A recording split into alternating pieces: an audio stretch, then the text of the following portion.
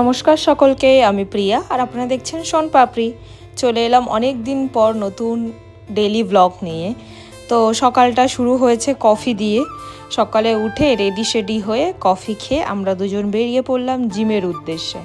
এখন করে সকালেই যাই, আগে শুরুর দিকে রাতেই যেতাম, বাট এখন অফিসের লেট হয়ে যায় তো সকালে করেই যাই।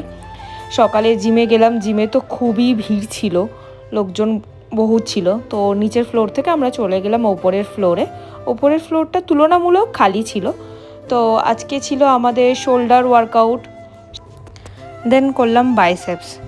তো জিমে মোটামুটি আমরা 1 ঘন্টায় কাটাই, ওখানে খুব বেশি টাইম দিতে পারি না। এখানে আমি একটু ফ্লেক্স করছিলাম আমার প্রোগ্রেসটা। তো বাড়ি এসে এবার তাড়াহুড়ো পড়ে যায়, যা হয় আর কি, অফিসে যেতে হবে। তো তো এসে আমি খাবারটা রেডি করছিলাম। বেশিরভাগ খাবার আমাদের রাতেই করা থাকে, শুধু ভাতটা সকালে করি।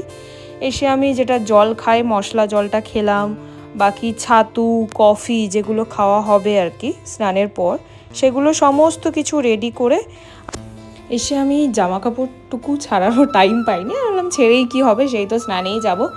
তো এখানে ঘরটর মুছে টুছে একটু টুকটাক কাজ করে সায়ক এখানে স্নান করে এসে পূজা দিল। তো আজকের মেনুতে ছিল মাছ, ডিম সিদ্ধ, সবজি, ভাত আর একটু ফল। তারপরে সায়ক আমাকে এখানে ছাতুটা করে দিল। আমি স্নান করে এসে রেডি হচ্ছিলাম।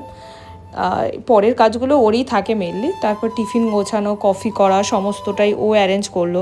তারপরে রেডি হয়ে দুজনে বেরিয়ে পড়লাম অফিসের উদ্দেশ্যে। তারপর ডিং ডিং করে আমরা বাইকে চড়ে চলে গেলাম অফিসের উদ্দেশ্যে। এই রাস্তা সকালবেলাটা খুব শান্ত পরিবেশও ছিল, হাওয়াও চলছিল বেশ। তারপরে সায়ক আমাকে সল্টলেক মেট্রো স্টেশনের ওখানে ছেড়ে ও চলে গেল ওর অফিসের উদ্দেশ্যে। আমি চলে গেলাম হাঁটতে হাঁটতে আমার অফিসের দিকে। হ্যাঁ, মেট্রো স্টেশন থেকে ওখান থেকে আমি একটু হেঁটেই চলে যাই, বেশিক্ষণ তো লাগে না। তো অফিসে গিয়ে একটু বসলাম, তারপরে কাজ শুরু করে দিলাম।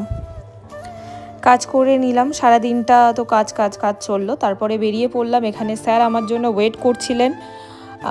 ও অনেক আগেই চলে আসে, আমার জন্য ওয়েট করে, বহু বছর ধরে ওটাই করে আসছে। হ্যাঁ, ওর অফিস আগে ছুটি হয়, তো ও আমার জন্য ওয়েট করছিল। আমি এসে তারপরে আমরা বাড়ি চলে এলাম। আমি এখানে ফ্রেশও হইনি, কারণ মাথাটা ভীষণ ধরেছিল। তো আমি আগে চা বসালাম, তারপরে ফ্রেশ হলাম।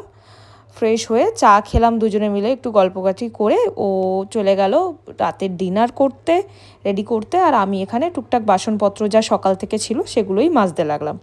তো আজকের ভিডিওটা এই পর্যন্ত। ভালো লাগলে লাইক করো, কমেন্ট করো এবং জানিও কেমন হয়েছে। টাটা।